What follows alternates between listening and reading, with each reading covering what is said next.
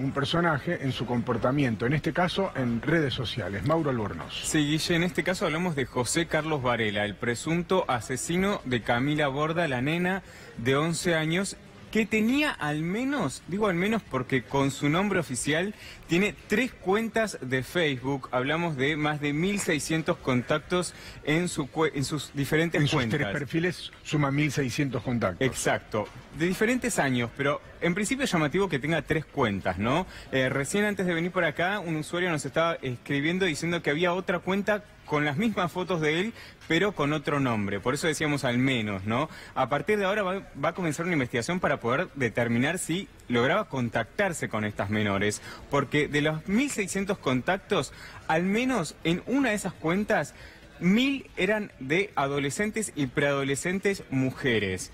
Y un dato no menor es que muchas de ellas eran de Junín, donde eran Camila y donde eran él. Sí, existe la posibilidad de que haya tenido algún tipo de contacto, exacto, más allá de las redes sociales. Exacto, y justamente los perfiles en las redes sociales nos permiten analizar un poco cuál era su perfil también en su vida personal, porque él jugaba el Criminal Case, que es un juego que se hace vía online que permite investigar casos a través de pistas, ¿no? Incluso si uno hace un repaso por su perfil personal, se puede ver las diferentes pistas que él iba sumando. Tiene además fotos con diferentes tipos de menores. No se sabe en principio cuáles son los parentescos de ella, pero lo que sí se sabe es que en algunas fotos puso un comentario como: me hubiese gustado conocerte en otra situación. Pone en una foto con otra chica, ¿no? Y a partir de ahí, bueno, lo que se conoce como grooming, ¿no? Es un claro ejemplo de muchas veces cuando hablamos de estos hombres que logran contactarse con menores. Tiene una particularidad.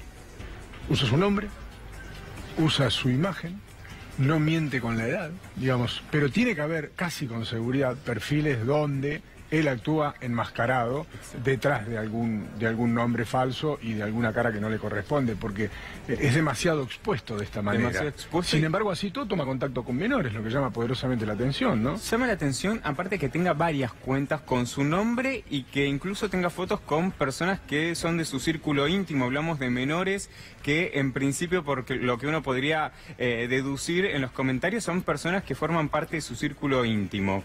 A ver, lo que tiene que ver con este tipo de casos muestran lo que nosotros habíamos mencionado incluso hace unas semanas con los casos de grooming, ¿no? Esas personas que logran utilizar las redes sociales, los medios de comunicación electrónico para generar un vínculo para luego cometer un delito sexual. En este caso es importante remarcar que en principio no se conoce si efectivamente este hombre había logrado contactarse con otras menores. No, pero hay que abrir los perfiles.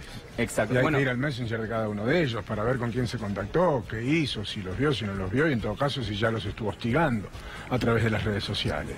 A ver, Guille, es muy difícil el tema de abrir los perfiles de Facebook. Porque hay que pedirle permiso a Facebook. Hay que pedirle permiso y a Facebook te tiene que autorizar, pero tratándose, me parece, de un caso tan grave, debería hacerlo. Debería ser. Sobre todo porque está usando su nombre el sujeto, ¿no? Exacto. No estamos abriendo una cripta de no sabemos quién. Y lo llamativo de esto es que además muchos datos de él son de perfil público, es decir, uno ahora entra a alguno de estos perfiles y está lleno de comentarios, cataratas de insultos por parte de los vecinos, familiares de Camila. Sí, no tenía filtros. Claro, no tenía filtros. Vos podés publicar en su muro. Claro, entonces eso ahora, si uno entra a algunos de estos perfiles, están llenos de insultos de las personas que deciden descargar la ira por el asesinato de Camila. Es interesante hacer un punto acá. Nosotros nos hemos ocupado del grooming desde el principio. Por ahí no pasó nada en redes sociales y por ahí es solamente eso. 3 perfiles y alguien que intentaba o fantaseaba contactar a una presunta víctima. Pero este sujeto, que fue capaz de asesinar a una nena de 11 años, de la manera que ustedes saben que lo hizo, tenía 3 perfiles donde se contactaba con menores, para que empezamos a entender que un chico frente a una computadora o con un teléfono en la mano está en riesgo si no lo sabemos cuidar. Claro, y justamente, a ver, el riesgo, ¿no? Que conlleva incluso porque entre los contactos que él tenía, había un montón de chicas que eran menores de edad y que eran de Junín. ¿no?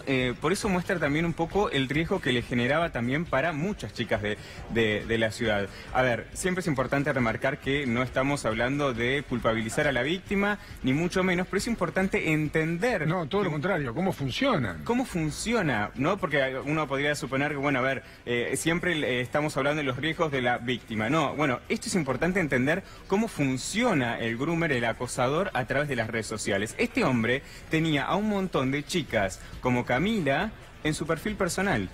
Y estamos hablando de 1.600 contactos en las 3 cuentas. Por eso es importante separar, pero al mismo tiempo unir. Probablemente no la contactó nunca por Facebook. Probablemente jamás haya tomado contacto con Camila por Facebook. A Camila virtualmente la casó cuando iba en su bicicleta y pasó por frente a la quinta donde él vivía. Pero operaba en redes sociales. ¿Entiende?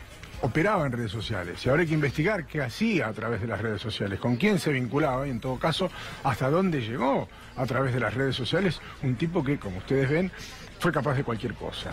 Y lo difícil, como decíamos, la investigación va a ser el papel de Facebook, ¿no? Porque como decíamos, muchas veces la empresa no decide abrir los perfiles personales porque en principio hay una política de seguridad y de privacidad de los perfiles. No es tan fácil como se piensa, pero teniendo en cuenta que hablamos de menores, hablamos de un asesinato, hablamos de un hombre que tenía al menos 3 cuentas y como les decíamos, recién estaba llegando para acá y ya me estaban avisando que había otra con otro nombre, pero que eran fotos de él, ¿no? Entonces, a ver, hay que ver cuáles son las relaciones de estos al menos 3 perfiles de Facebook con al menos 1.600 contactos y entre ellas menores. Ahora hay que investigar. Es importante lo que decía Mauro, no es tan fácil abrir un chat de una red social. Por ahí la gente se siente insegura o cree que puede violarse su intimidad cuando está chateando con alguien que incluso no conoce demasiado. Solamente se puede violar si ese tercero quiere hacerlo, porque en líneas generales las redes sociales son muy seguras. Digo, en su manera de encriptar la información. No quiere decir que sean seguras con los sujetos que operan del otro lado. Ahora, si vos requerís de información que en su momento fue privada, te tienen que autorizar desde Estados Unidos.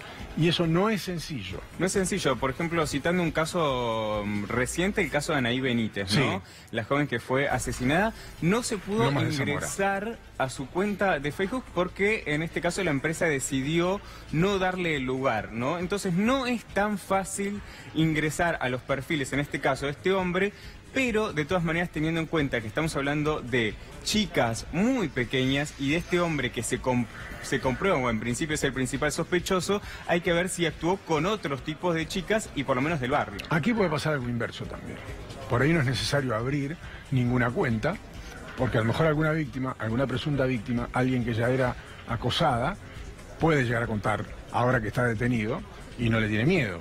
Porque en libertad, obviamente, a veces uno pasa por situaciones extremas o que preocupan y no se atreve a denunciarlo o a contarlo por razones obvias. Ahora, después de lo que hizo y estando detenido, a lo mejor aparece alguna denuncia. ¿Alguna denuncia, alguna víctima? Incluso chicas que quizás del barrio les ha pasado que este hombre se habría contactado con alguna de ellas y que ahora deciden contarlo, ¿no? Un poco también para prevenir a futuras compañeras como Camila, que en este caso se pueden sentir atacadas por este hombre, que hay que decir que, como estamos viendo en imágenes, estamos hablando de 1.600 contactos en estas 4 cuentas, pero incluso tenía fotos en las portadas de juguetes, fotos con una chica que le decía que le hubiese gustado conocerla en otra situación. A ver, hay una investigación que se tiene que dar de atrás para ver efectivamente si este hombre lograba contactarse con otras menores. Investigación que se va a hacer. Trabaja en vivo en Junín Cristian Minich. Bien, Guillermo, aquí estamos en el ingreso a la finca donde trabajaba Varela, este hombre de 40 años, acusado del crimen de Camila, un hecho realmente aberrante que ha conmocionado a la ciudad de Junín. A tener en cuenta la marcha que se va a realizar el día de hoy, será a las 20, va a ser